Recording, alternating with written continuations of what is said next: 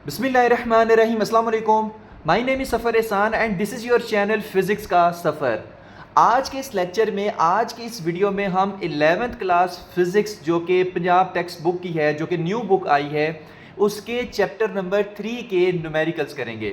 तो न्यूमेरिकल्स पे डायरेक्ट जाने से पहले पहले हम देखते हैं कि इसमें फार्मूलाज कौन कौन से यूज़ हुए हैं और कौन सा फार्मूला कितने न्यूमेरिकल्स में यूज़ हुआ है। ठीक है, सबसे पहले यहाँ पे देखें, आपको नज़र आ रहा है S is equal to R theta.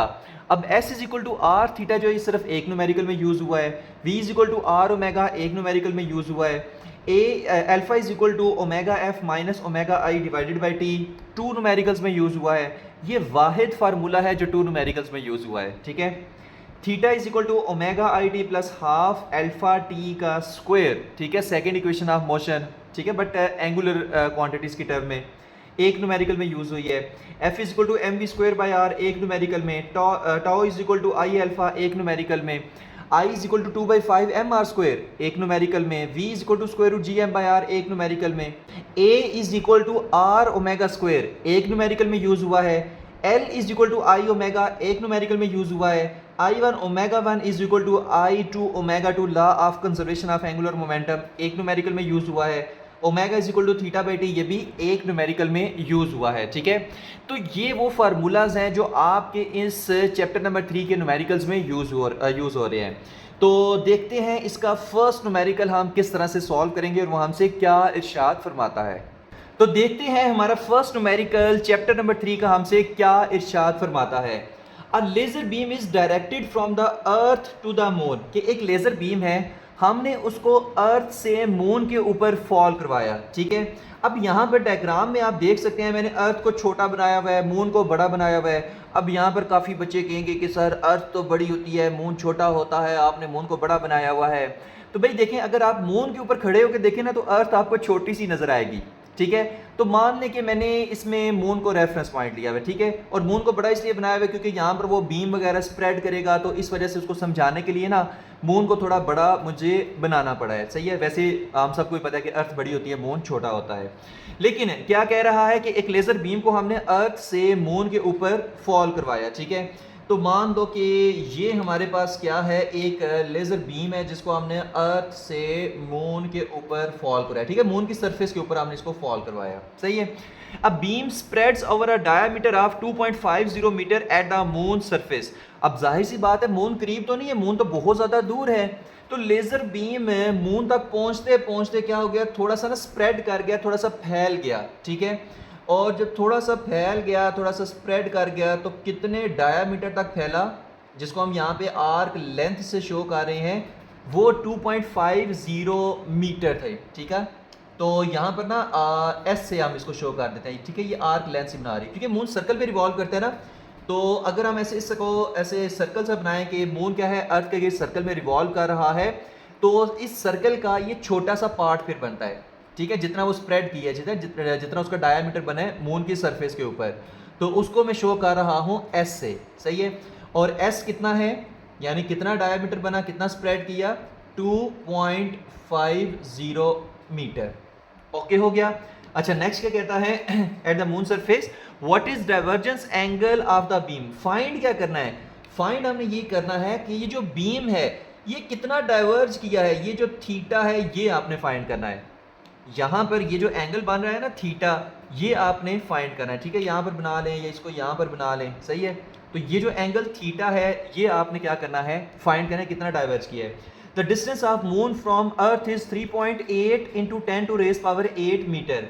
अच्छा, जो मून का डिस्टेंस है अर्थ से वो कितना है, यहाँ से लेकर यहाँ तक। ठीक है, अर्थ की सरफेस से लेकर जो अर्थ का जो हमारे पास डिस्टेंस है मून तक, वो हमारे पास कितना है, r is equal to 3.8 into 10 to raise power 8 metre. Okay हो गया। तो आपने इसको रेडियस भी इसका कह सकते हैं। ठीक है, क्योंकि सर्कल में ऐसे रिवॉल्व कर रहा है ना, सर्कल में रिवॉल्व कर रहा है मून है, तो अर्थ से लेकर जो मून तक का डिस्टेंस आप इसको रेडियस भी कह सकते हैं। ठीक है, क्योंकि सर्कल का रेडियस सही बन रहा है। तो r is equal to 3.8 into 10 to raise power 8 metre, ये अर्थ का मून से डिस्टेंस है। ठीक है, अच्छा, अब इसको सॉल्व कैसे करना है वो चीज़ देख लेते हैं। जो s की वैल्यू है, आर्क लेंथ कह लें या डायमीटर कह लें, वो कितना है, 2.50 मीटर है। आर कितना है 3.8 इंटू 10⁸ मीटर है, ठीक है, डिस्टेंस मून और अर्थ के दरमियान। थीटा हमने फाइंड करना है, कैलकुलेशन में हम इसको फाइंड करते हैं, ठीक है। आपने भी ऐसी हेडिंग देनी है, गिवन डाटा टू फाइंड और साथ में कैलकुलेशन। अच्छा, अब इसको हम सॉल्व कैसे करेंगे, उसके लिए एक इक्वेशन हमने पढ़ी हुई थी, S is equal to R theta, ठीक है, ये हमने ना इक्वेशन एक पढ़ी हुई थी। अब इसके अकॉर्डिंग एंगुलर डिस्प्लेसमेंट का जो फार्मूला बनता है वो क्या बनता है, theta is equal to S divided by R, ठीक है, यही बनता है ना। अब इसमें आपने क्या करना है, सिंपल वैल्यूज पुट करनी है और आंसर आ जाएगा, ठीक है। ये हम चैप्टर के शुरू में पढ़ के आ चुके हैं। तो theta is equal to S कितना है 2.50 डिवाइडेड बाय आर कितना है 3.8 इंटू 10⁸ मीटर। ओके हो गया। आपने इसको ऐसे भी लिख सकते हैं कि 2.50 डिवाइडेड बाय 3.8 इंटू 10⁻⁻8, क्योंकि नीचे 10⁻+8 है ना, ऊपर आके क्या हो जाएगा -8 हो जाएगा। अब ये जो 2.50 इंटू 3 डिवाइडेड बाई 3.8 है, इसको आप कैलकुलेटर पे अगर सॉल्व करें तो 2.50 और डिवाइडेड बाय 3.8 यह आता है 0.657। ये कितना आता है 0.657, तो आता है 0.657 इंटू 10⁻⁻8, ठीक है। तो ये वो डाइवर्जेंस एंगल है जो हम कब से फाइंड करने की कोशिश कर रहे थे, ठीक है। अगर मैं पॉइंट को एक इधर ट्रेवल कराऊं, क्योंकि पॉइंट से पहले एक नॉन जीरो डिजिट होना चाहिए, तो ये आपके पास आएगा 6.57 इंटू 10⁻⁻9 हो जाएगा, ठीक है। यहाँ पर -8 है ना, पॉइंट को एक इधर ट्रेवल किया तो -9, और यूनिट क्या आएगी रेडियन। क्यों? क्योंकि थीटा की एंगुलर डिस्प्लेसमेंट की यूनिट हमारे पास क्या होती है, रेडियन होती है, ठीक है। तो ये था हमारा न्यूमेरिकल नंबर 1। अब हम चलते हैं न्यूमेरिकल नंबर 2 की तरफ। नेक्स्ट न्यूमेरिकल है न्यूमेरिकल नंबर 2 चैप्टर नंबर 3 का, और देखते हैं हमसे क्या इरशाद फरमाता है। A car is moving with a speed of 108 kilometre per our, कि एक कार है वो कितनी स्पीड से मूव कर रही है 108 किलोमीटर पर आवर से। If it's wheel has a diameter of 60 centimetre, कि अगर इस कार का जो व्हील है उसका डायमीटर 60 सेंटीमीटर है, find its angular speed in radian per second and revolution पर सेकेंड। तो आपने एंगुलर स्पीड फाइंड करनी है किसमें, रेडियन पर सेकेंड में और रेवोल्यूशन पर सेकेंड में। अब ये रेडियन पर सेकेंड और रेवोल्यूशन पर सेकेंड दोनों एंगुलर स्पीड की यूनिट्स हैं, ठीक है, जिसमें रेडियन पर सेकेंड क्या है ऐसा यूनिट है, और रेवोल्यूशन पर सेकेंड ये ऐसा यूनिट नहीं है, सही है। बट आपने दोनों में आंसर फाइंड करना है। अब सबसे पहले देख लेते हैं कि गिवन डाटा में हमारे पास क्या है।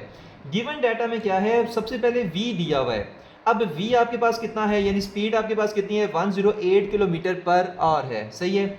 अच्छा, अब आपको पता है कि जो स्पीड की यूनिट होती है वो क्या होती है, स्पीड की यूनिट होती है मीटर पर सेकेंड। तो आपको सबसे पहले इसको मीटर पर सेकेंड में करना पड़ेगा। अब वो कैसे करते हैं वो चीज़ देखते हैं। यहाँ पर v is equal to 108 kilometre per hour हमें दिया हुआ है, सही है। आपको पता है कि किलोमीटर को मीटर में कैसे करते हैं, मल्टीप्लाई बाय 1000 करके। 108 है ना, तो किलोमीटर को पहले मीटर में करना है, तो मल्टीप्लाई बाय 1000 करोगे तो ये किस में कन्वर्ट हो जाएगा, मीटर में। अब नीचे क्या है, नीचे आर। अब यहाँ पे आर नहीं चाहिए, सेकंड चाहिए, क्योंकि यूनिट मीटर पर सेकंड में इसको लेके आना है, क्योंकि वो ऐसा यूनिट है। अब एक घंटे में कितने सेकंड होते हैं, 3600 सेकंड होते हैं। ओके हो गया, सही है। और यहाँ पर सेकंड हो गया ना मीटर पर सेकंड में। अब ये 2 जीरो इन 2 जीरो से गए, ऊपर क्या बचा, 108 को मल्टीप्लाई करें 10 के साथ, तो ये बनेगा 1080। ओके हो गया, डिवाइडेड बाय आएगा 36, सही है। अच्छा, अब हम इसको जब हम डिवाइड करेंगे तो देखते हैं क्या आंसर आता है, 1080 डिवाइडेड बाय 36, तो ये 30 हमारे पास आता है। यानी v हमारे पास कितना आया, 30 मीटर पर सेकंड आया, सही है। ये हमारे पास v आ गया, सही है। इसको ना मैं इधर ही लिख देता हूँ कि गिवन डाटा में v is equal to 30 metre per second. Okay हो गया। नेक्स्ट डायामीटर क्या दिया है, 60 सेंटीमीटर। अब यहाँ पर जो डायामीटर है ना वो भी आपको मीटर में चाहिए, ठीक है, सेंटीमीटर में नहीं चाहिए। तो सेंटीमीटर को मीटर में कैसे करते हैं, डिवाइडेड बाय 100 करके। तो आप यहाँ पर क्या करोगे, d इज इक्वल टू क्या है 60 सेंटीमीटर है, तो यहाँ पर आप करोगे 60 डिवाइडेड बाय 100, तो ये किस में कन्वर्ट हो जाएगा, मीटर में। तो 60 डिवाइडेड बाई 100, 0 से काट गया, 6 डिवाइडेड बाई 10 कितना होता है 0.6, तो 0.6 मीटर आपका डायमीटर आ गया, ठीक है। अच्छा, अब इसको हम इधर लिखते हैं कि डायमीटर आपके पास कितना आया, d is equal to metres में 0.6 मीटर। ओके हो गया।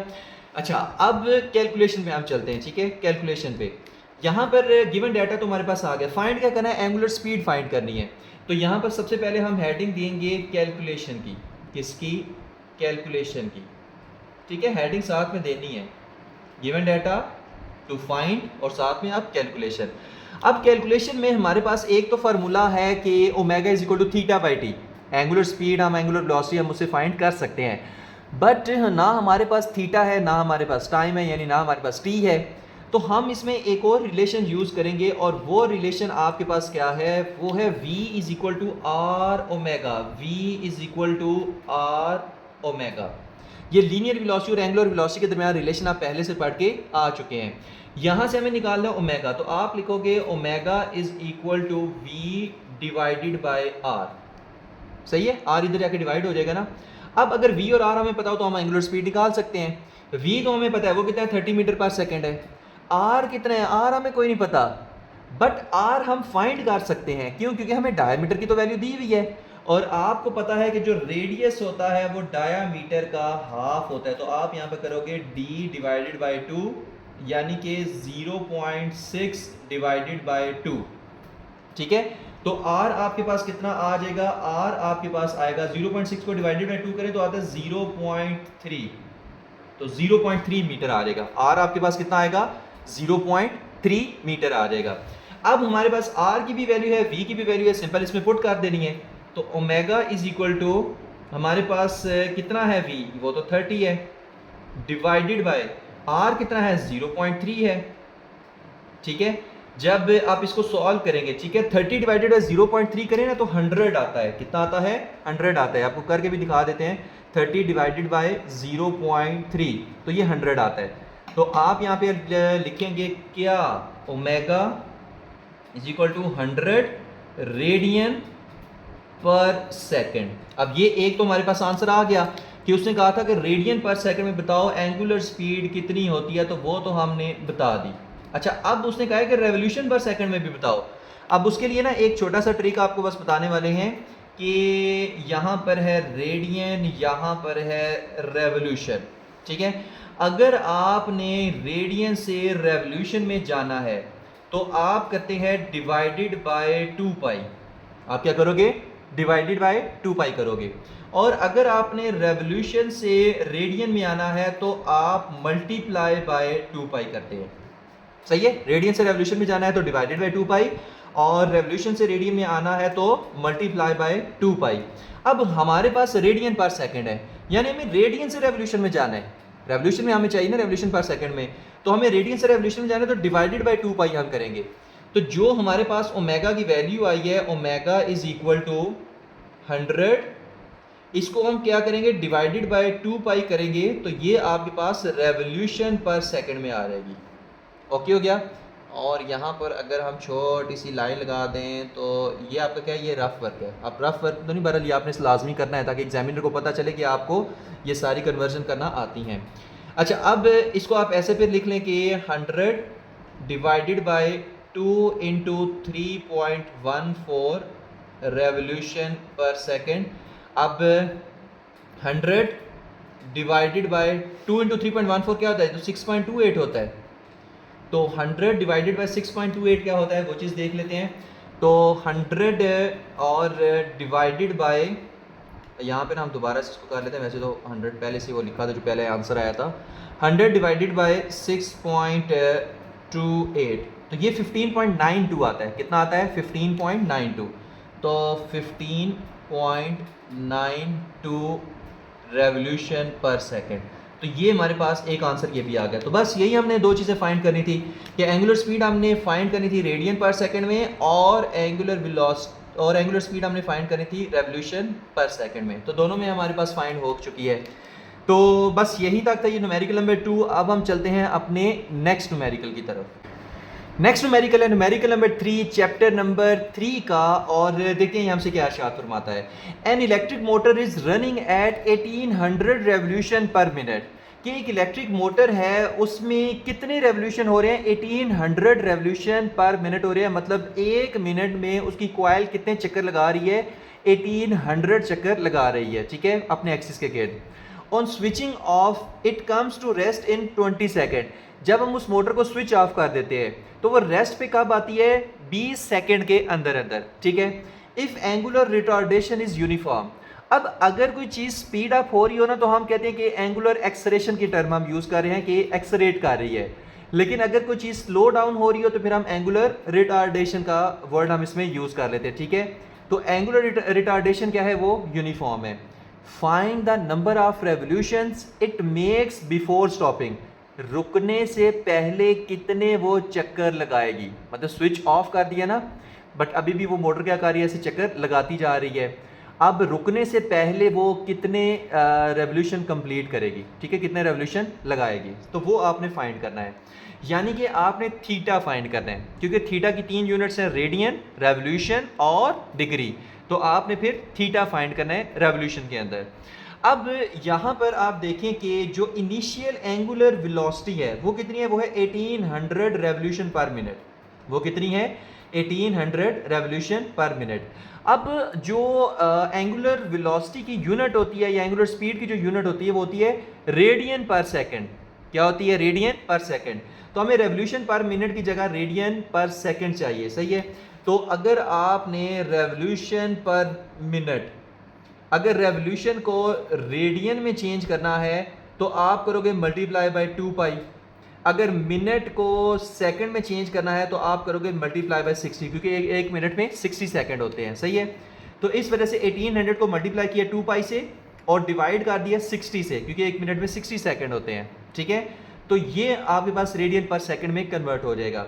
अब पाई की जगह आपने 3.14 पुट करना है, सही है। तो 2 इंटू 3.14 6.28 हो जाएगा, उसको 1800 से मल्टीप्लाई करें, जो आंसर आएगा उसको 60 से डिवाइड करें। अब इसको मैं कैलकुलेटर में नहीं कर रहा क्योंकि ये आपको पता होना चाहिए, आप या कर ही देते हैं, क्योंकि सारी कैलकुलेशन मैं कर रहा हूँ, क्योंकि जब पिछली दफ़ा फर्स्ट ईयर फिज़िक्स की मैंने वीडियोज़ बनाई थी तो काफ़ी स्टूडेंट्स का ये बहुत ज़्यादा था कि सर कैलकुलेशन आप क्यों नहीं करते, कैलकुलेशन किया करें, हालांकि ईजी सी कैलकुलेशंस होती हैं।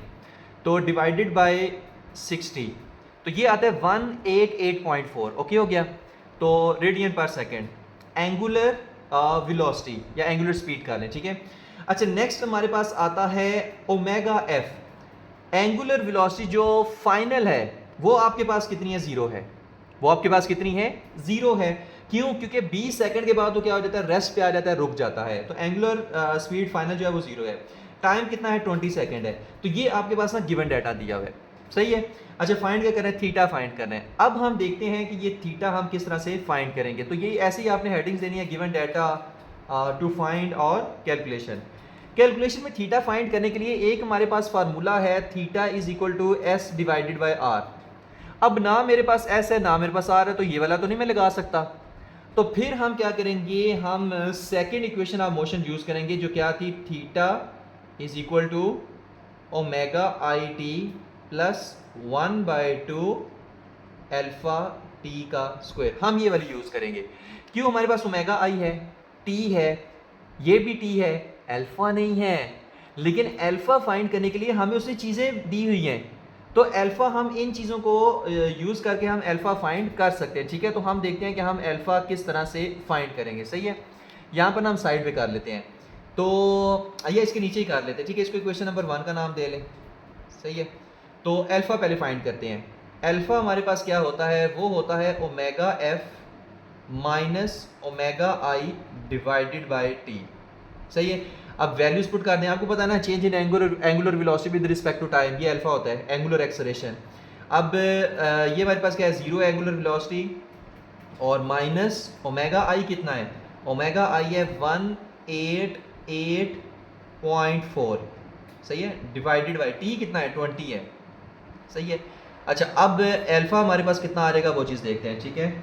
अल्फा हमारे पास आएगा 188.4 डिवाइडेड बाय 20, तो ये आ जाए 9.42 बट माइनस 9.42 अब अल्फा की यूनिट क्या होती है, रेडियन पर सेकंड स्क्वायर।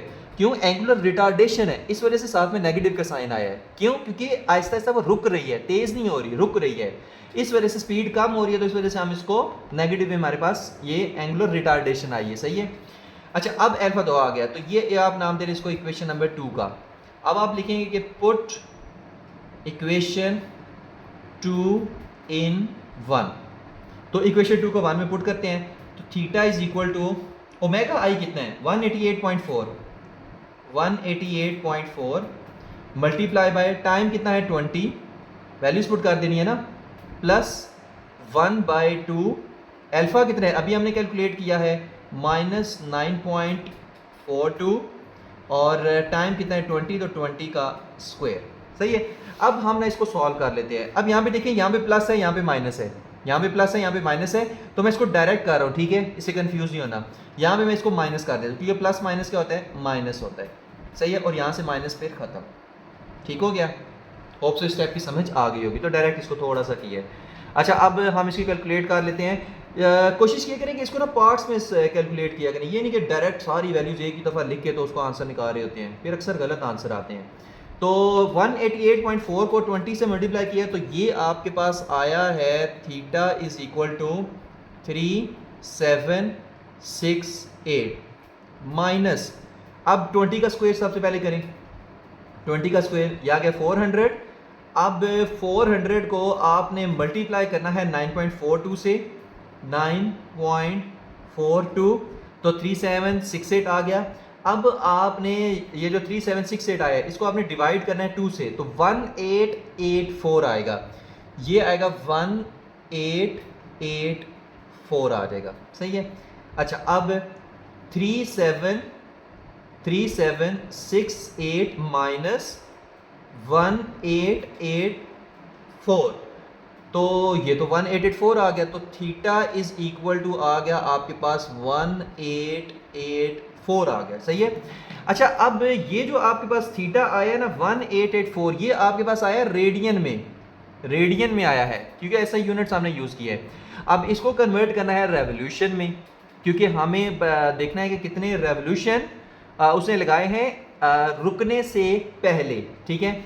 तो अब रेडियन को रेवोल्यूशन में हम कैसे कन्वर्ट करते हैं, पहले भी बता के आ चुके थे, इससे पिछले न्यूमेरिकल में डिवाइडेड बाय 2 पाई हम करते हैं, तो theta is equal to 1884 divided by 2 pi, तो ये आपके पास आ रहेगा रेवोल्यूशन में। ओके हो गया।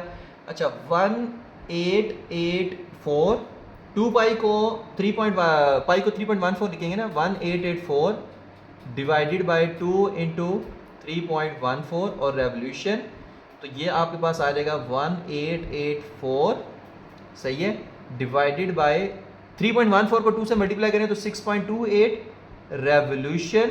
अच्छा, अब हम इसको सॉल्व कर लेते हैं, तो 1884 डिवाइडेड बाय 6.28, तो ये आ जाता है 300 आपके पास आता है, यानी कि 300 रेवोल्यूशन। ठीक है। यानी कि जो आपके पास वो मोटर है, उसकी कॉइल है, वो रुकने से पहले, मतलब जब स्विच ऑफ कर दिया है तो रुकने से पहले 20 सेकंड के अंदर अंदर वो 300 रेवोल्यूशन कंप्लीट कर जाएगी। ठीक हो गया। तो यहाँ पर आपका न्यूमेरिकल नंबर 3 ख़त्म होता है। अब हम चलते हैं अपने नेक्स्ट न्यूमेरिकल की तरफ। नेक्स्ट न्यूमेरिकल है न्यूमेरिकल नंबर 4 चैप्टर नंबर 3 का। A string 0.5 metre long holding a stone can withstand maximum tension of 35.6 newton. कि फॉर एग्जांपल एक स्ट्रिंग है, ठीक है, एक स्ट्रिंग है और उसके साथ हमने क्या किया हुआ है, एक स्टोन को टाई कर दिया। ठीक है, एक स्टोन को बांधा हुआ है। ठीक है। और इसमें जो स्ट्रिंग है, स्ट्रिंग में जो टेंशन है वो कितनी है, वो आपके पास है 35.6 न्यूटन। ओके हो गया। और स्ट्रिंग की जो लेंथ है, ठीक है, इसको L से भी शो कर सकते हैं। सही है। लेकिन आर से हम इसको शो करेंगे क्योंकि फार्मूला के अकॉर्डिंग हमने करना है, बताएंगे कि आर से क्यों शो कर रहे हैं, बट फिलहाल मैं इसको एल से शो कर रहा हूँ। L is equal to 0.5 metre long. Okay हो गया। अच्छा, find the maximum speed at which a stone of 0.5 kg can build with it in a vertical circle. अब वो कहता है कि इसके साथ ये जो स्टोन बंधा हुआ है ना, ये कितने का है, ये 0.5 kg का है, यानी हाफ kg का है। अब को कहते हैं कि आपने इसको क्या करना है, ऐसे वर्टिकल सर्कल के अंदर घुमाना है। ठीक है, आपने क्या करना है, ऐसे इसको वर्टिकल सर्कल के अंदर ऐसे घुमाना है। तो कहता है मैक्सिमम कितनी स्पीड तक मैं इसको घुमा सकता हूं, मैक्सिमम कितनी स्पीड तक मैं इसको घुमा सकता हूं कि रस्सी टूटे ना, क्योंकि अगर मैं उससे ज़्यादा स्पीड से घुमाऊंगा तो रस्सी टूट जाएगी। सही है। तो कहते हैं कि इतनी लेंथ है, इतनी टेंशन है, इतना जो है वो उसका मैस है पत्थर का, तो वर्टिकल सर्कल में मैं उसको कितनी स्पीड से, मैक्सिमम कितनी स्पीड से उसको मैं घुमा सकता हूँ। ठीक है, तो v आपने क्या करना है, फाइंड करना है। तो देखते हैं वो किस तरह से हम फाइंड करेंगे। लेंथ आपको दी हुई है 0.5 मीटर, बताएंगे हमने इसको r से क्यों शो किया हुआ है, आगे चल के बताते हैं। ठीक है, टी हमारे पास कितना है, 35.6 न्यूटन है, गिवन डाटा में दिया हुआ है। मैस कितना है, 0.5 kg है। फाइंड क्या करना है, वी फाइंड करना है। ठीक है, स्पीड फाइंड करनी है, मैक्सिमम स्पीड। और कैलकुलेशन में अब हम देखते हैं कि हम ये किस तरह से करेंगे। यहाँ पर ना मैंने एक साइड पे एक डायग्राम सी बनाई हुई है, ये वही पत्थर है और ये सेंटर है, और इसके वजह से ना इसको वर्टिकली हमने वर्टिकल सर्कल के अंदर ऐसे घुमाना है। ठीक है, सबसे पहले आप देखते हैं कि इस पर नेट फोर्स कितनी लग रही है। ठीक है, नेट फोर्स, एक तो इस पर फोर्स लग रही है अपवर्ड टेंशन की फोर्स। ठीक है, यानी एक और चीज़ है कि यहीं पर हम क्यों कैलकुलेट कर रहे हैं, क्योंकि अगर यहाँ पर होगा ना पत्थर, तो इस पर मैक्सिमम टेंशन की फोर्स लगेगी। मतलब मैंने इसको ऐसे रस्सी से बांध कैसे उठाया हुआ है, तो मैक्सिमम टेंशन की फोर्स उस पर लगेगी। सही है, इस कंडीशन के अंदर जब वो ऐसे नीचे की तरफ पत्थर होगा। अब यहाँ पर जो वेट है, वेट की फोर्स है वो किधर है, वो तो डाउनवर्ड है, वो कितनी है, W, और कितनी होगी, mg। ठीक है, अब T अपवर्ड है और mg डाउनवर्ड है, तो नेट फोर्स कितनी आएगी, नेट फोर्स कितनी आएगी, T अपवर्ड है तो प्लस में ले लें, W डाउनवर्ड है तो माइनस में ले लें, तो T माइनस mg, यानी T माइनस W होगा ना, तो आप इसको डायरेक्ट लिख दें कि T माइनस mg, ये आ जाएगी, ये क्या आ जाएगी, T माइनस mg आ जाएगा। ये नेट फोर्स लग रही है। अच्छा, अब आपको पता है कि सेंट्रीपिटल फोर्स खुद कुछ भी नहीं होती, कोई और फोर्स होती है जो सेंट्रीपिटल फोर्स बन जाती है। तो यहाँ पर सेंट्रीपिटल फोर्स कौन प्रोवाइड कर रहा है, ये नेट फोर्स प्रोवाइड कर रही है। सही है, तो आप यहाँ पर लिखेंगे कि F नेट फोर्स, ये जो नेट फोर्स है ये आपके पास सेंट्रीपिटल फोर्स के इक्वल होगी, क्योंकि यही फोर्स है जो सेंट्रीपिटल फोर्स प्रोवाइड कर रही है, क्योंकि सेंट्रीपिटल फोर्स खुद कुछ भी नहीं होती। तो F net is equal to F C, यहाँ से हम कैलकुलेशन को स्टार्ट करेंगे। ओके हो गया, तो हम ना इसमें अब पुट करते हैं कि ये फार्मूलाज किस तरह से बनेंगे, इक्वेशन कैसे बनेगी, तो गौर से यहाँ पर देखना है। यहाँ पर नेट फोर्स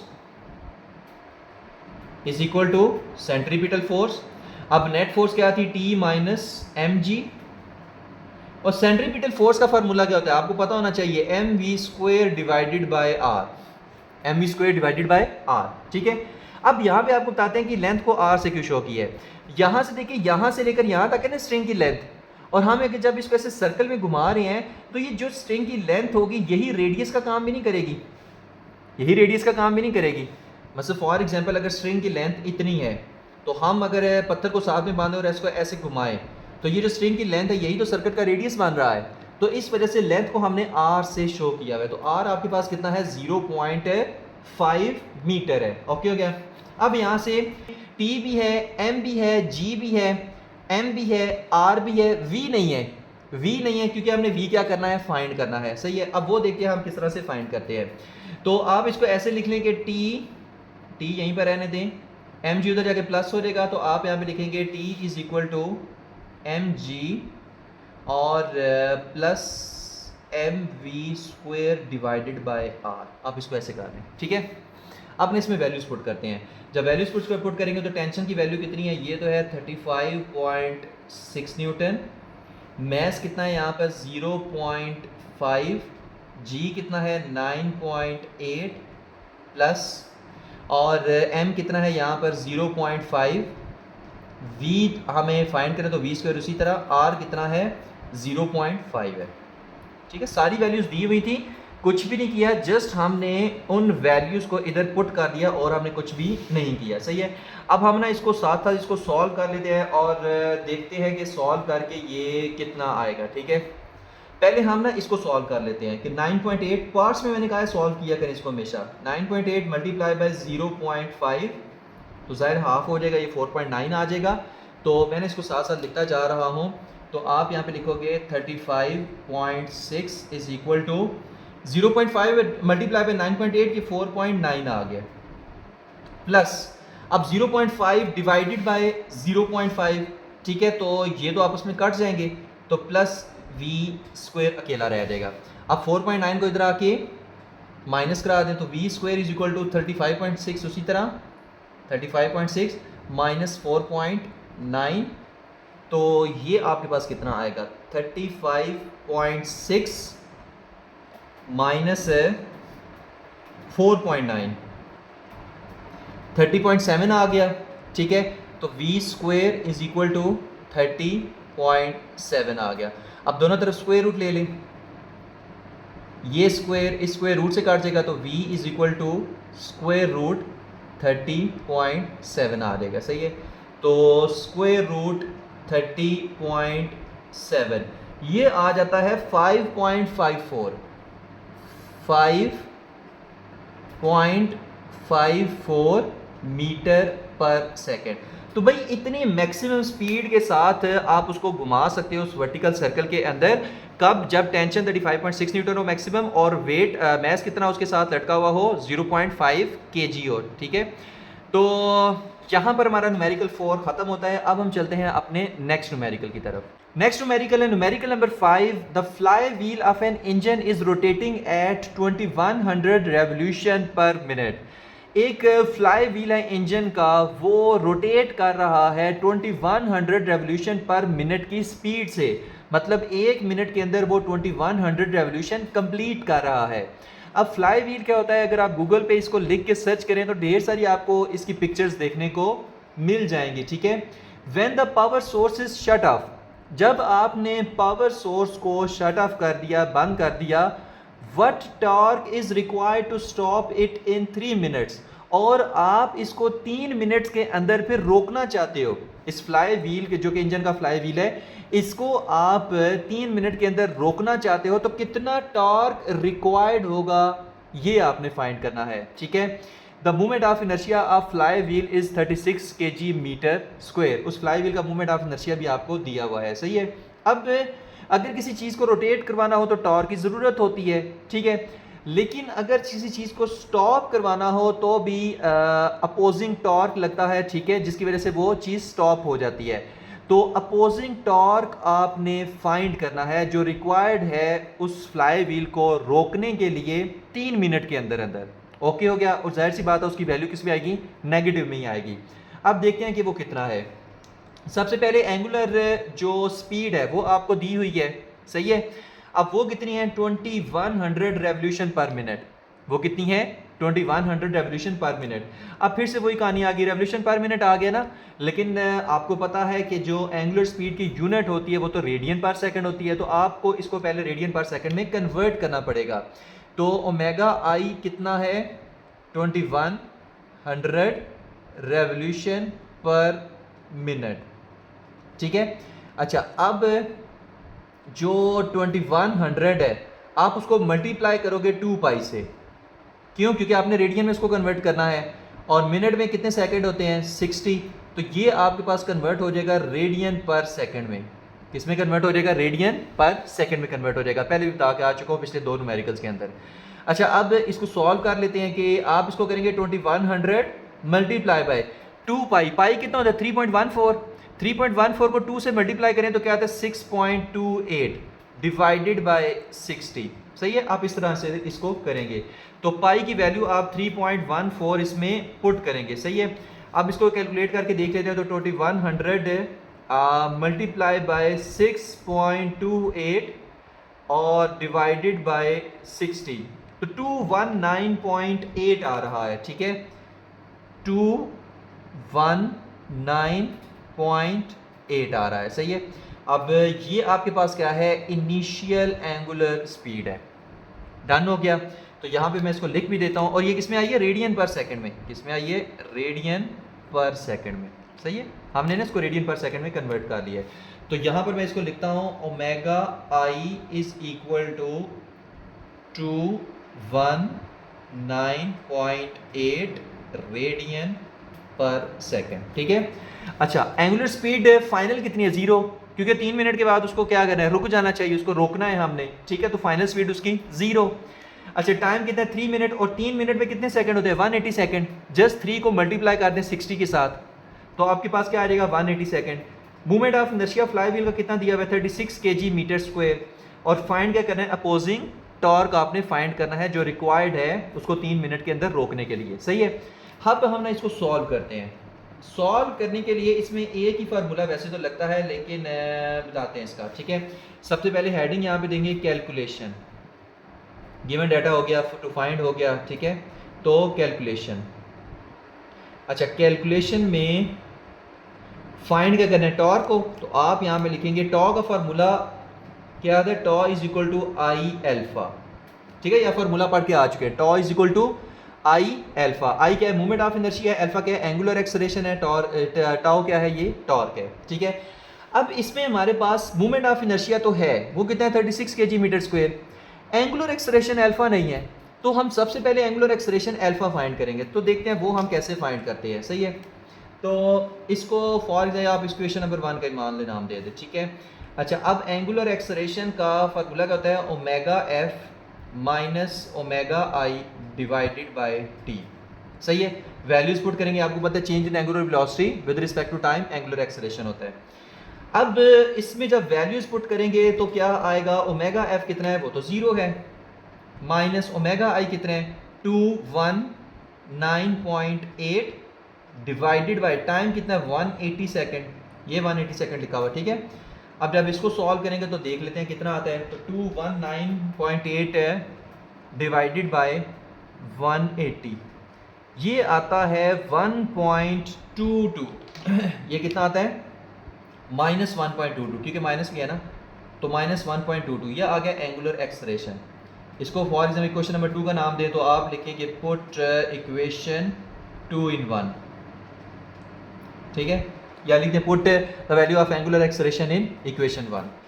तो टॉ इज इक्वल टू आई कितना है, 36, और एंगुलर एक्सेलरेशन कितना है, माइनस 1.22।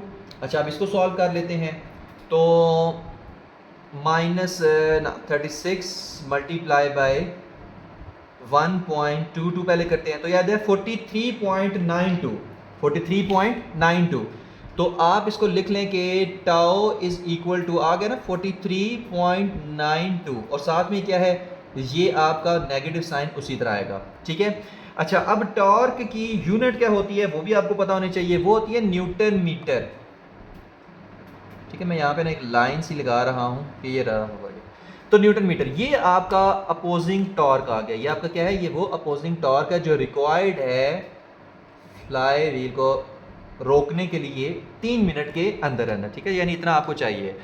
तो ये था हमारा न्यूमेरिकल नंबर 5 चैप्टर नंबर 3 का। अब हम चलते हैं अपने नेक्स्ट न्यूमेरिकल की तरफ। नेक्स्ट न्यूमेरिकल है न्यूमेरिकल नंबर 6 चैप्टर नंबर 3 का, और ये वाला जो न्यूमेरिकल है ये आपका शॉर्ट क्वेश्चंस में आता है। ठीक है, फाइनल एग्जाम्स में जो शॉर्ट क्वेश्चंस आता है 2 नंबर के लिए, ठीक है 2 मार्क्स के लिए, ये उसमें आता है। ठीक है, क्योंकि छोटू सा न्यूमेरिकल है। अच्छा इसमें what is the moment of inertia of a 200 kg sphere whose diameter is 60 centimetre. ठीक है, कि एक स्फीयर है जिसका मैस कितना है 200 kg है, डायामीटर उसका कितना है 60 सेंटीमीटर है, बताओ उसका मोमेंट ऑफ इनर्शिया कितना है। सिंपल। ठीक है, तो मैस दिया हुआ है स्फीयर का 200 kg, डायामीटर दिया हुआ है 60 सेंटीमीटर।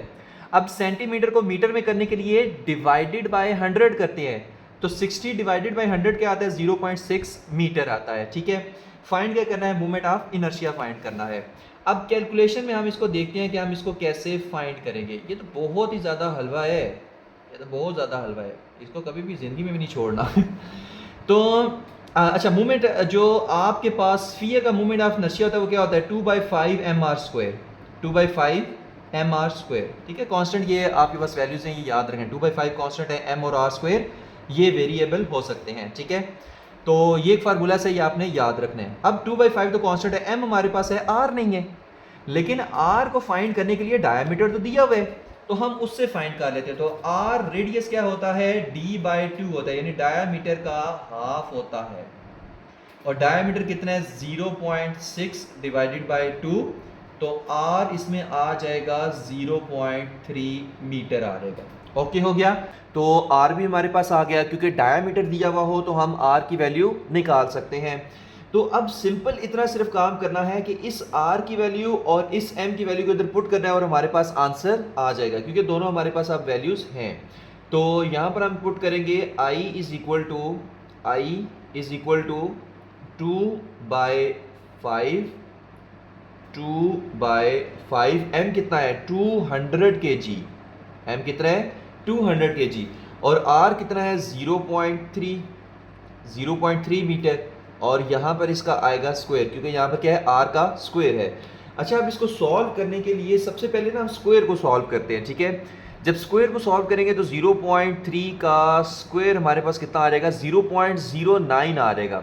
अब 0.09 को हम मल्टीप्लाई करेंगे 200 से, ठीक है, तो ये आ जाएगा 18। अब 18 को मल्टीप्लाई करेंगे 2 से तो ये आ जाएगा 36, और 36 को डिवाइड हम करेंगे अब 5 से, ठीक है, तो ये आ जाएगा 7.2। ये कितना आ जाएगा 7.2। तो I इज इक्वल टू 7.2, और मोमेंट ऑफ इनर्शिया की यूनिट क्या होती है, kg मीटर स्क्वायर। ओके हो गया। तो यहाँ पर ना ये न्यूमेरिकल हमारा ख़त्म होता है, ठीक है। अब हम चलते हैं अपने नेक्स्ट न्यूमेरिकल की तरफ। नेक्स्ट न्यूमेरिकल है न्यूमेरिकल नंबर 7 चैप्टर नंबर 3 का। A satellite is orbiting the earth at an altitude of 200 kilometre. एक सैटेलाइट है, वो अर्थ के गिर क्या कर रही है, ऑर्बिट कर रही है। जैसे फॉर एग्जांपल हमारे पास ये क्या है, अर्थ है, ये क्या है, अर्थ है, और एक सैटेलाइट है जो अर्थ से कितनी हाइट के ऊपर मूव कर रही है, 200 किलोमीटर के ऊपर, ठीक है। यहाँ पर ना हाइट आप सरफेस से हमेशा लेते हो, ठीक है, सरफेस से, तो ये हाइट है उसकी, सही है, ये हाइट है, और यहाँ पर क्या है, कोई भी ऐसे सैटेलाइट है। अच्छा, अब हाइट यानी कितनी दी हुई है, हाइट दी हुई है 200 किलोमीटर, ठीक है, आल्टीट्यूड मतलब हाइट है। Assuming the earth's radius is 6400 kilometre. Earth का जो रेडियस है, अर्थ का जो रेडियस है वो कितना है, अर्थ का जो ये रेडियस है कैपिटल आर, ये कैपिटल आर रेडियस है 6400 kilometre. Calculate the orbital speed of the satellite. आपने सैटेलाइट की ऑर्बिटल स्पीड फाइंड करनी है, सिंपल, ठीक है, कि अर्थ से इतनी हाइट के ऊपर है सैटेलाइट, आप बताओ ऑर्बिटल स्पीड इसकी कितनी है, सही है। अब ऑर्बिटल स्पीड का जो फार्मूला होता है ना, वो हमारे पास होता है v is equal to g capital M और डिवाइडेड बाय स्मॉल r, ये फार्मूला होता है। ओके हो गया।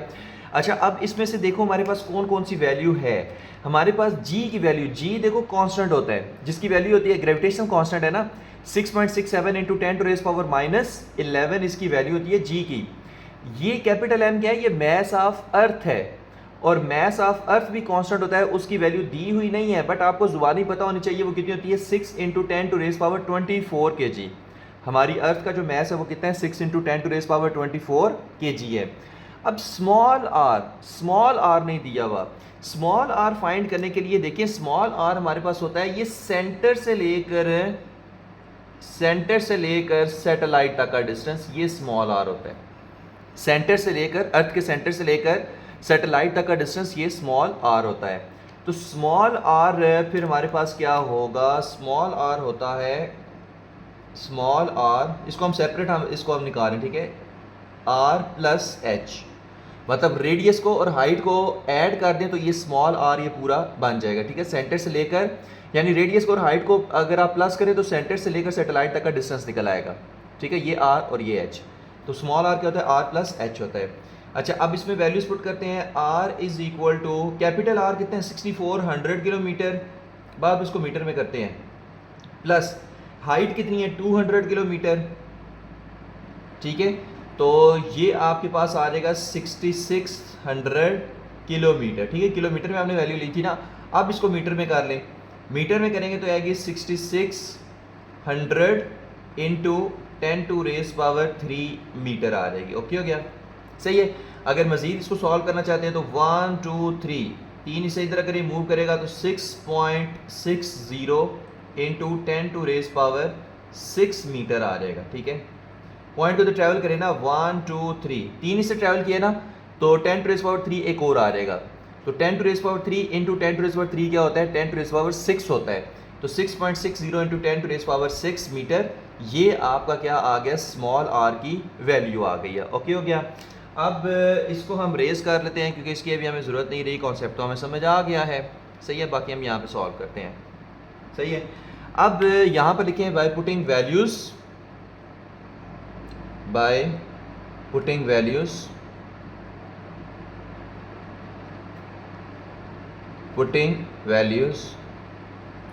अच्छा भाई पुटिंग वैल्यूज कहाँ पर, इस फार्मूला के अंदर, ठीक है। क्योंकि इस फार्मूला के लिए हम सारी वैल्यूज निकाल रहे थे ना, तो आप यहाँ पर लिखेंगे v is equal to square root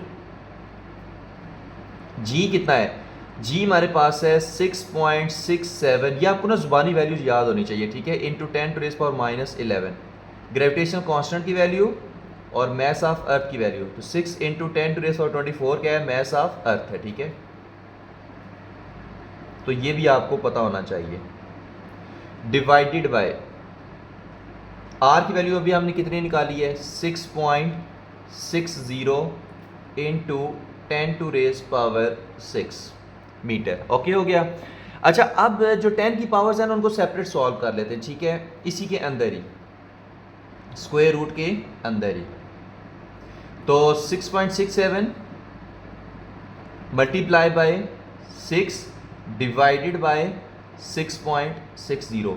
अब जो 10 की पावर्स हैं वो कौन कौन सी हैं, यहाँ पर 10 की पावर क्या है -11, यहाँ पर 10 की पावर क्या है 24 है। आपको पता है बेसिस सेम हो तो पावर्स ऐड हो जाती हैं।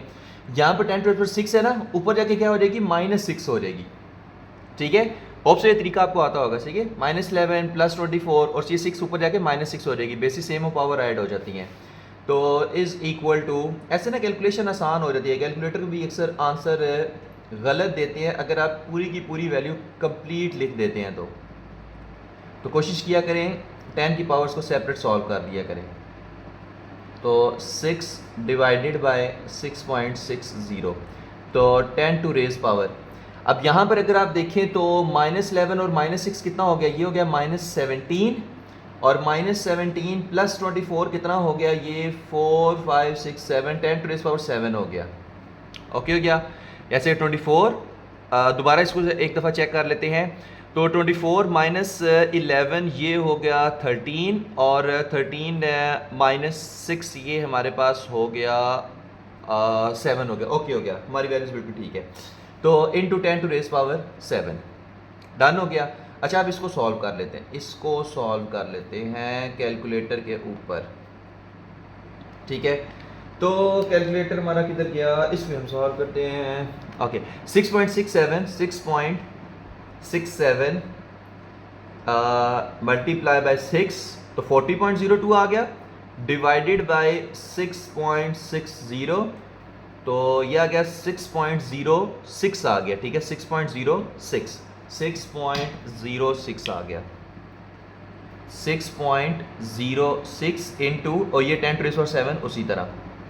अब इसको सॉल्व कर लेते हैं। तो स्क्वायर रूट ऑफ 6.06 इंटू 10⁻7, ये आता है 7784.6 आता है, बट हम इसको ऐसे लिख रहे हैं 7784 आता है, 7784। और हमने निकाली क्या है, वेलोसिटी है, स्पीड है, तो ये आएगा मीटर पर सेकंड में। ठीक है। अगर तो इतना ही आंसर रखना चाहते हैं तब भी ओके है, लेकिन अगर किलोमीटर पर सेकंड में करना है तो पॉइंट को इधर ट्रेवल करा दें। अगर इतना रखना चाहते हैं ओके है, कोई मसला नहीं है। 7.78 किलोमीटर पर सेकंड हो जाएगी, ये स्पीड की वैल्यू आने की। ठीक है, तो ये दोनों आंसर मैंने आपको लिख दिए। एक किलोमीटर पर सेकंड में भी लिख दिए, किलोमीटर का तो 7.78 आ जाएगा, मीटर पर सेकंड में लिखोगे तो 7784 मीटर पर सेकंड आ जाएगा। ठीक है, तो यही आपका क्या था, आंसर था न्यूमेरिकल नंबर 7 का। अब हम देखते हैं अपना न्यूमेरिकल नंबर 8। नेक्स्ट न्यूमेरिकल है numerical number 8। A space station has a radius of 20 metre. अच्छा, फॉर एग्जांपल ये हमारे पास क्या है, एक स्पेस स्टेशन है मान लें, ठीक है, और ये इसका रेडियस जो है वो कितना है, वो हमारे पास है 20 मीटर, तो r इज इक्वल टू है 20 metre and rotates at an angular velocity of 0.5 radian per second. हम क्या करते हैं, इसको ऐसे रोटेट करवा देते हैं, कितनी एंगुलर वेलोसिटी के साथ, 0.5 रेडियन पर सेकेंड के साथ। ओके हो गया। अब आपको पता है कि जब भी स्पेस स्टेशन में एस्ट्रोनॉट्स काम कर रहे होते हैं तो उनको आर्टिफिशियल ग्रेविटी की ज़रूरत होती है। ठीक है, तो वो आर्टिफिशियल ग्रेविटी क्रिएट करने के लिए क्या करते हैं कि जो स्पेस स्टेशन है उसको अपने एक्सिस के गिर्द क्या कर देते हैं, रोटेट करवा देते हैं। ठीक है, उसको क्या कर देते हैं, रोटेट करा देते हैं, स्पिन मोशन करवा देते हैं, जिसकी वजह से वहाँ पर एक आर्टिफिशियल ग्रेविटी प्रोड्यूस होती है। और वही आर्टिफिशियल ग्रेविटी की वैल्यू उसने इस क्वेश्चन के अंदर पूछी हुई है कि अगर 20 मीटर रेडियस हो, 0.5 रेडियन पर सेकेंड की एंगुलर वेलोसिटी के साथ रोटेट कर रहा हो स्पेस स्टेशन, तो आर्टिफिशियल ग्रेविटी कितनी एक्सपीरियंस करेंगे एस्ट्रोनॉट्स जो वहाँ पर काम कर रहे हैं। तो what is the artificial gravity experienced by the astronauts on the space station. Okay हो गया। तो आर की वैल्यू दी हुई है, ओमेगा की वैल्यू दी हुई है, जी की वैल्यू कैलकुलेट करनी है। ओके हो गया।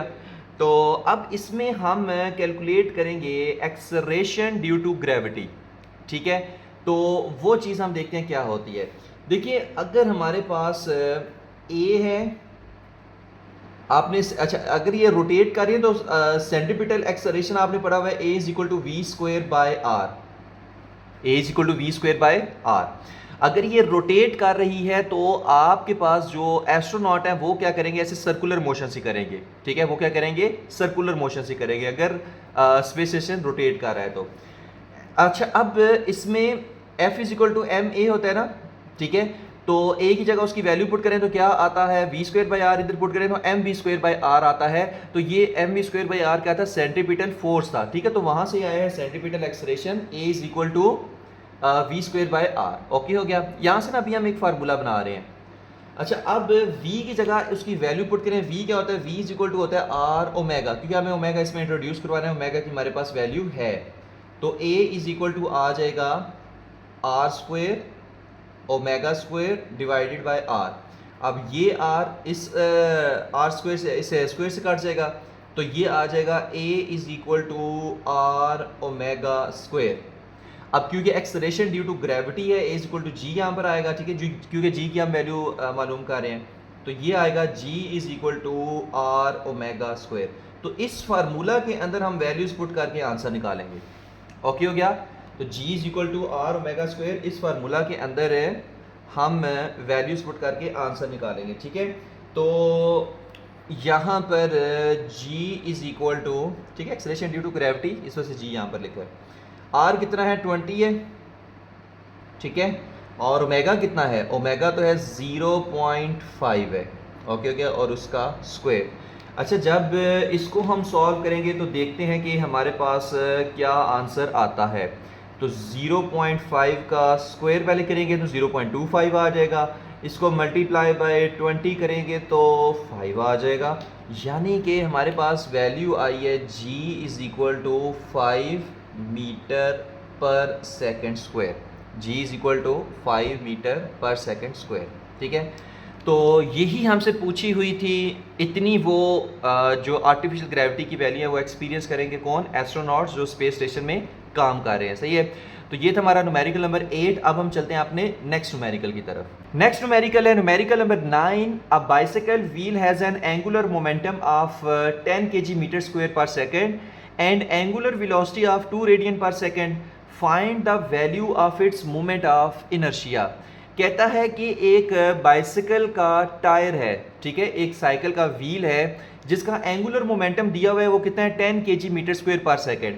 अब एंगुलर मोमेंटम को किससे शो करते हैं, एल से, ठीक है। तो एल इज इक्वल टू कितना है 10 kg metre square per second है, और उसकी एंगुलर वेलोसिटी कितनी है, वो 2 रेडियन पर सेकेंड है। बताओ उसका मोमेंट ऑफ इनर्शिया कितना है, सिंपल, ठीक है। तो अब इसमें कैलकुलेशन में, ठीक है, गिवन डाटा दे, आप हेडिंग देंगे, उसके बाद टू फाइंड, जो कुछ फाइंड करना है उसकी हेडिंग देंगे, उसके बाद आप कैलकुलेशन की हेडिंग देंगे, ठीक है। तो देखते हैं कैलकुलेशन में क्या है। अब ऐसा कौन सा फार्मूला है जिसमें ये तीनों चीज़ें आती हैं, एल भी आता है, ओमेगा भी आता है, आई भी आता है, सही है। तो वो आप पढ़ के आ चुके हैं, वो कौन सा है, L is equal to I omega, L is equal to I omega. Find क्या करना है, आई को, तो आई इज इक्वल टू आप करोगे एल डिवाइडेड बाय ओमेगा।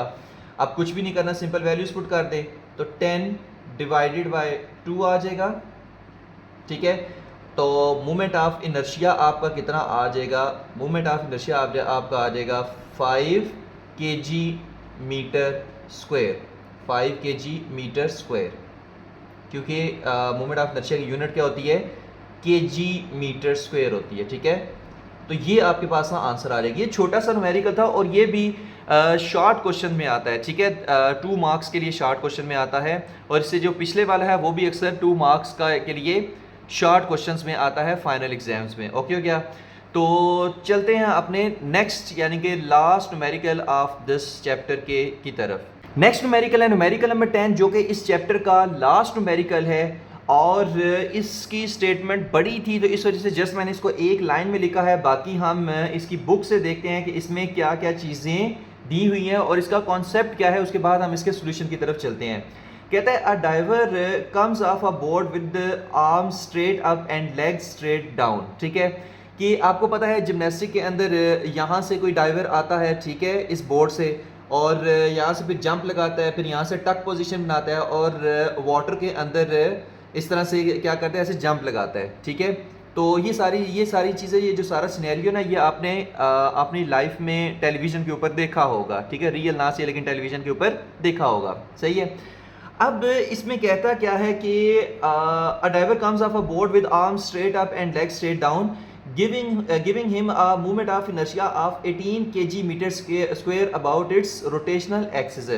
अब इस कंडीशन के अंदर, जब ये वाली कंडीशन है, उसने हाथ अपने ऊपर उठाए हुए हैं, यानी जंप ऐसे जैसे ना बोर्ड को ऐसे छोड़ा है, जब बोर्ड को छोड़ा है तो उसके हाथ ऐसे क्या होते हैं, सबसे पहले ऐसे ऊपर की तरफ होते हैं। तो इस कंडीशन में इसका जो मूवमेंट ऑफ इनर्शिया है वो कितना है, वो दिया हुआ है 18 kg metre square, 18 kg metre square, ठीक है। अच्छा, अब नेक्स्ट क्या कहा हुआ है, then tucks into a small ball. अब स्मॉल बॉल की शेप यू क्या कर देता है, ऐसे टक पोजीशन बना लेता है, decreasing is movement of inertia to 3.6 kg metre square. अब इसका मूवमेंट ऑफ इनर्शिया कितना हो जाता है, जाहिर सी बात है रेडियस कम हो जाएगा तो मूवमेंट ऑफ इनर्शिया कम हो जाएगा, तो 3.6 I2 इसको नाम देंगे, ठीक है, 3.6 kg मीटर स्क्वायर, ओके हो गया। अच्छा, नेक्स्ट क्या कहता है, while tucked he makes 2 complete rotation in 1 second। जब इसने टक पोजीशन बनाई हुई है तो तब ये कितनी रोटेशन करता है, ठीक है, वो आपके पास करता है 2 कंप्लीट रोटेशन, यानी 2 रेवोल्यूशन ये करता है 1 सेकंड में। तो इसकी एंगुलर वेलोसिटी दी हुई है जब इसने टक पोजीशन बनाई हुई है, वो कितनी है, 2 revolution per second, 2 revolution per second, okay हो गया। नेक्स्ट ये कहता है if he had not tucked at all, अगर ये यहां से जंप करते हुए इस तरह की टक पोजीशन ना बनाए, तो आप बताओ how many revolution would he have made in 1.5 second from board to water, कि बोर्ड से वाटर में आने में 1.5 सेकंड में ये कितनी रेवोल्यूशन करेगा, यानी थीटा आपने क्या करना है, फाइंड करना है, सही है। मैं फिर से बता रहा हूं, कहता है लास्ट में क्या कहता है कि अगर वो टक पोजीशन ना बनाए, मतलब इसी कंडीशन में ऐसे जो है ना वो ऐसे स्ट्रेट हैंड करके और स्पिन मोशन करने की कोशिश करे, ठीक है, वाटर में आते हुए, तो बताओ वो कितनी जो है वो रोटेशन करेगा, कितने टाइम में, 1.5 सेकंड में वाटर में आने तक, सही है, इस पोजीशन के अंदर ऐसे। तो ये आपने ना बताना है। तो डाटा देख लेते हैं, ओमेगा 2 दिया हुआ है 2 रेवोल्यूशन पर सेकंड, ठीक है, और जाहिर सी बात है रेवोल्यूशन पर सेकंड है ना, तो इसको रेडियन पर सेकंड में करने के लिए हम क्या करेंगे, क्योंकि रेवोल्यूशन को अगर रेडियन में करना हो तो हम उसको 2 पाई से मल्टीप्लाई करते हैं। हम फर्स्ट 1 और 2 न्यूमेरिकल में देख के आ चुके हैं, सही है। तो 2 पाई से मल्टीप्लाई करेंगे तो ये आ जाएगा radian per second, revolution per second से रेडियन पर सेकंड हो जाएगा, तो ओमेगा 2 आ जाएगा 4 pi radian per second. Done हो गया।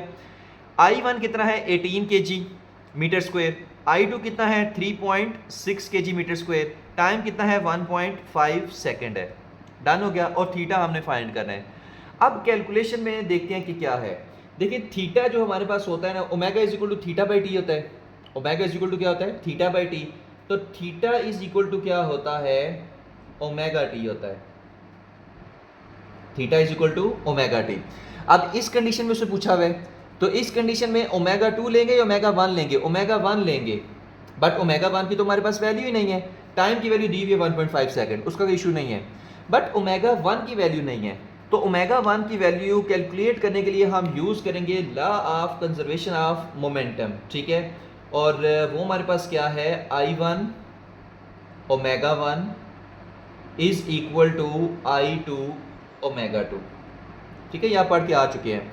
अब इसमें क्या है कि हमारे पास सब की वैल्यूज है, सिर्फ ओमेगा 1 की नहीं है। तो यहाँ से हम लिख सकते हैं omega 1 is equal to I2 omega 2 divided by I1। ऐसे हम इसके ना ओमेगा 1 की वैल्यू निकाल लेंगे। तो यहाँ पे आएगा omega 1 is equal to I2 कितना है, वो तो 3.6 है, 3.6 है। ओमेगा 2 कितना है, वो तो 4 पाई है, 4 पाई है, तो आप इसको ऐसे लिख लें 4 इंटू 3.14, ठीक है। 4 पाई है ना, तो 4 पाई को मैंने 4 इंटू 3.14 लिया, क्योंकि पाई की वैल्यू 3.14 होती है।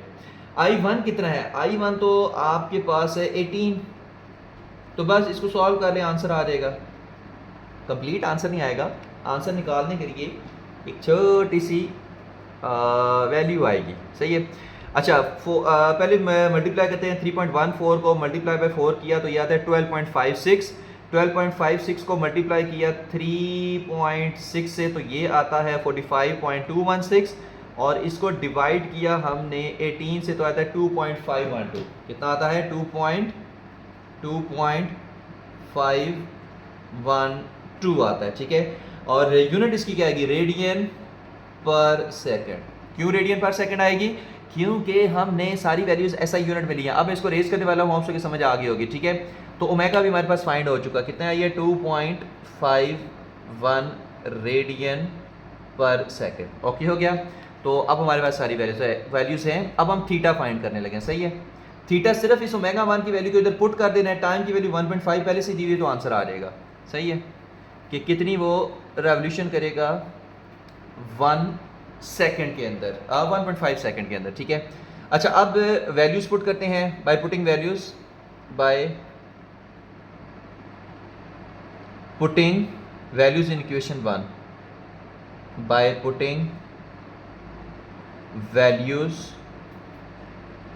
In equation 1। इसको ना इक्वेशन 1 का नाम दे दिया ना, तो थीटा इज इक्वल टू, इसको ना ब्लू से करते हैं, theta is equal to omega 1 T.